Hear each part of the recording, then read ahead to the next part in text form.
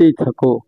আল্লাহ তাআলার কাছে শুকরিয়া করো যে আল্লাহ তাআলা আমাকে যেই স্থানে রাখছে, আমার থেকে নিম্ন স্থানে আরো কতগুলো মানুষ আছে যারা ওই রেল লাইনের ধারে থাকে।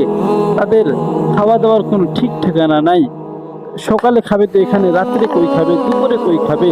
তাদের যে খাওয়ার দাওয়ার চিন্তা, থাকার তাদের ঘর নাই, রেল লাইনের ধারের মধ্যে থাকে তারা। আমি যে স্থানে আছি এই স্থানে কদর তারা বুঝে, আর আমি যে স্থানে আছি আমি এই স্থানের শুকরিয়া আদায় করি না। আমি শুধু চাই আমিও যদি 5 তলা বিল্ডিং এর উপরে থাকতে পারতাম, আমিও যদি ওই দালানওয়ালা বিল্ডিং এর মধ্যে থাকতে পারতাম, কতই না ভালো হইতো। কিন্তু যেই স্থানে আছি, আমার এই স্থানে আসার জন্য অনেক মানুষ নিজ থেকে পাগল হয়ে আছে আমার এই স্থানে আসার জন্য। কিন্তু আমি আমার স্থানে থাকা অবস্থায়ও আমি আল্লাহ তাআলাকে